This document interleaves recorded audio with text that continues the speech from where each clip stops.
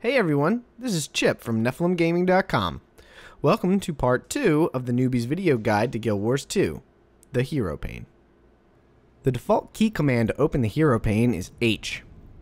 In this pane, you'll find a number of important tabs. Let's start with the Equipment tab. In this area on the left, you will find any items in your inventory that can be equipped or added to your equipment. This column to the left of your avatar contains the primary equipment slots for armor and weapons. You'll note the arrows here, and pressing them will swap your weapon sets, though it's a very inefficient way to do so. Above your avatar, you will find two buttons, which allow you to switch between your town clothes and armor. This is primarily a role-playing feature. Note that you do not have to be in town to swap to your town clothes. However, taking any damage at all, even from falling, will revert you to your armor set. To the right of your avatar, you will find your name, level, and profession, in case you'd forgotten, and the icon associated with that profession. To the right of this icon, you will find another icon, and this represents your current personality. If you mouse over this icon, you will see your current standings in charisma, dignity, and ferocity. Through interactions with NPCs, you will be given dialogue options that will allow you to change these standings. Next, you will find the four primary attributes: power, precision, toughness, and vitality. Now, we could probably spend a good deal of time delving into these attributes, but I'll just give a brief overview. Power increases your damage. Precision increases your critical hit chance. Toughness increases your armor.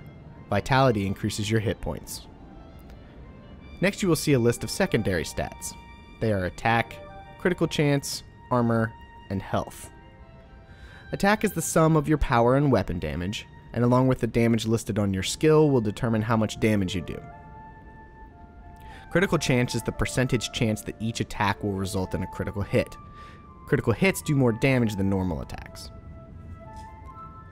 Armor is the sum of your toughness attribute and defense rating from equipped items, and determines how much incoming damage is reduced. Health is your total number of hit points.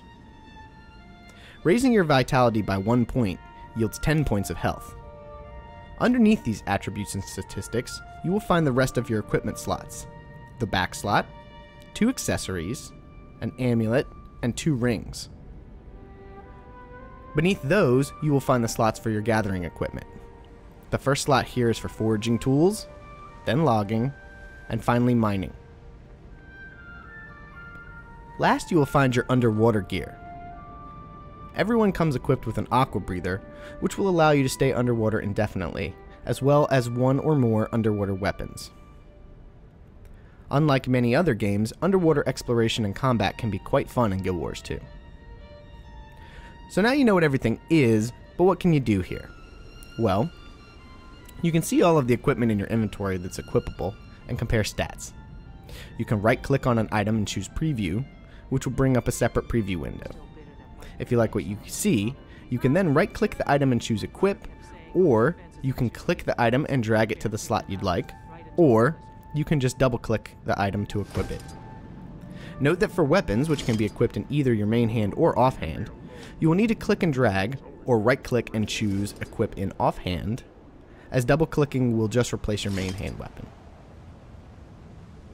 Also, for head and shoulder slot items, you can toggle whether or not they are displayed on your character by clicking this checkbox. Ugh, this hat is hideous. I like the mohawk better. Clicking on this eyedropper will allow you to dye your armor or town clothes. You begin with this very basic set of colors, but more colors can be found throughout the game. They will drop off enemies that you defeat, and you can purchase them through the cash shop. The dyes that you find and use are specific to one character, not shared, so make sure when you double-click the dye to add it to your collection that you want it on the character you are currently playing. The process for dyeing your gear is fairly straightforward. Click the color you want to use, then the spot on the armor you wish to apply that color to. There's no cost associated, so feel free to experiment with different color combinations until you find something you like.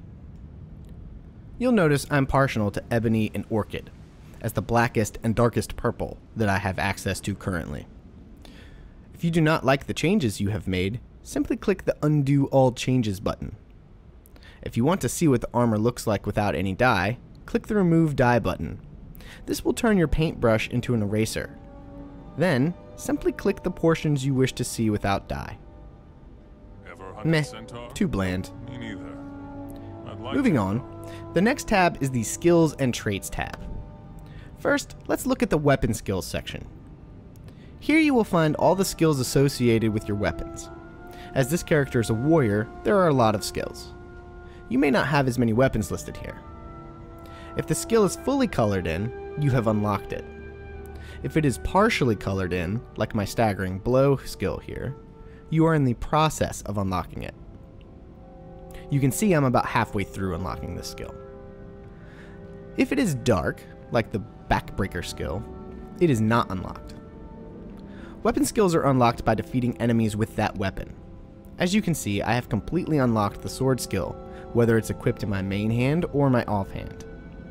As you might expect, I had to move the sword to my offhand in order to unlock those skills. Weapon skills always unlock in order. This means that in the case of one weapon in your main hand and another in your offhand, you must fully unlock the main hand weapon before the offhand skills will begin to unlock. So if you want to unlock a new offhand item quickly, it is best to pair it with a weapon you have already fully unlocked in your main hand. This section is useful for tracking your progress on unlocking all of your weapons, and also for reading the tooltip on each weapon skill without having to equip it, but honestly, once everything is unlocked, you will probably not spend much time here. You will, however, spend time in the next section, Slot Skills. Here you will find your healing skills, utility skills, and elite skills. Healing skills are the skills you use to heal yourself, primarily, but also to sometimes heal others around you. There are 3 to choose from, and each is useful in certain situations. Utility skills are used to augment your weapon abilities, either by complementing them or filling in gaps left by your weapon selection.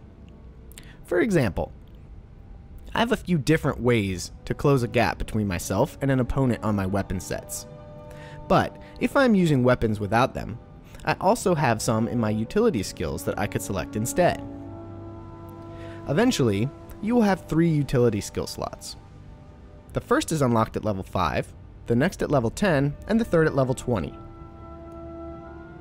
Elite skills are opened at level 30. These are game changer skills, meaning that they are more powerful than your utility skills and typically on a much longer cooldown. If you're able to pop one of these in a fight, it's a game changer for that skirmish. All of these skills are unlocked with skill points. You get skill points from leveling, as well as from special events scattered throughout the game world. You can see I currently have 5. The skills have varying costs. Also, utility skills are tiered. You need to purchase 5 skills in the first tier to unlock the next tier, and so on. This seems better. To purchase a skill, you simply click once on the skill you want, and then again to confirm. A different way. Once a skill is purchased, you can change it anytime you are not in combat, either on this tab, by clicking the skill and selecting a replacement, or on your hotbar by clicking the arrow over the skill. Finally, we have the Traits section. Traits are unlocked at level 11. You will need to visit your trainer to purchase a book that will allow you to spend up to 10 points in any of the trait lines. Starting with level 11, you will gain 1 trait point for every level, allowing you 70 trait points at the current max level of 80. The trait system should feel familiar to those of you who have played other MMOs, as it is essentially a talent system, though much simpler. To begin with, every profession has the same 5 trait lines to go up, though they may be called something different. The first line increases power, the second precision, the third toughness, the fourth vitality, and the final line increases critical damage. There are also secondary statistics listed that will be increased as well, but these do vary by profession. The maximum number of trait points that can be spent in a trait line are 30. At an investment of 5, 15, or 25 trait points, you will receive a set modifier or ability based on profession and the trait line. These are not choices and cannot be changed. However, at 10, 20, and 30, you will be allowed to choose between a number of trait skills based on the profession and the trait line. These trait skills usually enhance certain weapons and weapon skills, utility skills and elite skills, or allow you to achieve multiple effects with a single skill use. For example, if I were to select Restorative Strength, using a heal skill would heal me normally, but also remove several negative effects. There are always 12 trait skills per line, and they are tiered like utility skills. The first 6 are available at the 10-point investment mark, the next 4 at 20, and the last 2 at 30. You can select any trait at the tier and below, but not above. So, for example, you can put a tier 1 trait skill in the slot unlocked at 30 trait points, but you cannot put a tier 3 trait skill in the slot unlocked at 10 trait points, even if you've invested all 30 points into the line. There are several trait calculators out there, and I recommend using one so you can plan ahead. If you are engaging in structured PvP, you can change your trait allocations between matches to your heart's content. In any other situation, however, you will need to revisit your trainer and pay a fee. The trait skills can be swapped around and customized like any other skill, however. Next is the My Story tab. This tab is easy to understand, as it merely tracks your advancement through the personal story arc. At the top is the recap of the choices you made through character creation. Then you will find a recap of all the events you have participated in thus far. At the bottom will be the current step you are on in the story. Next is the Crafting tab. Here, you will be able to toggle between your 2 currently active crafting disciplines and see the recipes you know and what materials are required to produce those items. You cannot, however, craft from this tab. You must be at a crafting station and use its interface to craft.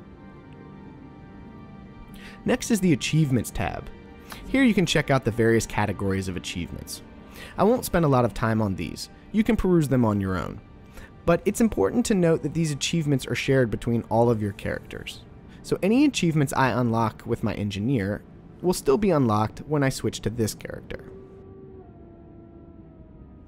Also, trying to get the daily and monthly achievements each day and month respectively is worth it. You will receive a chest of goodies for doing so. Last but certainly not least is the PvP tab. If you are a hardcore PvPer, then perhaps the most important button in the game is located right here. This button will take you to the structured PvP staging area, where you can swap around your traits and weapons, and dive into some PvP matches. You will also find your PvP stats here. That's it for part 2 of our newbies video guide to Guild Wars 2. Thanks for checking out NephilimGaming.com, and please come back for all of your Guild Wars 2 video gaming needs.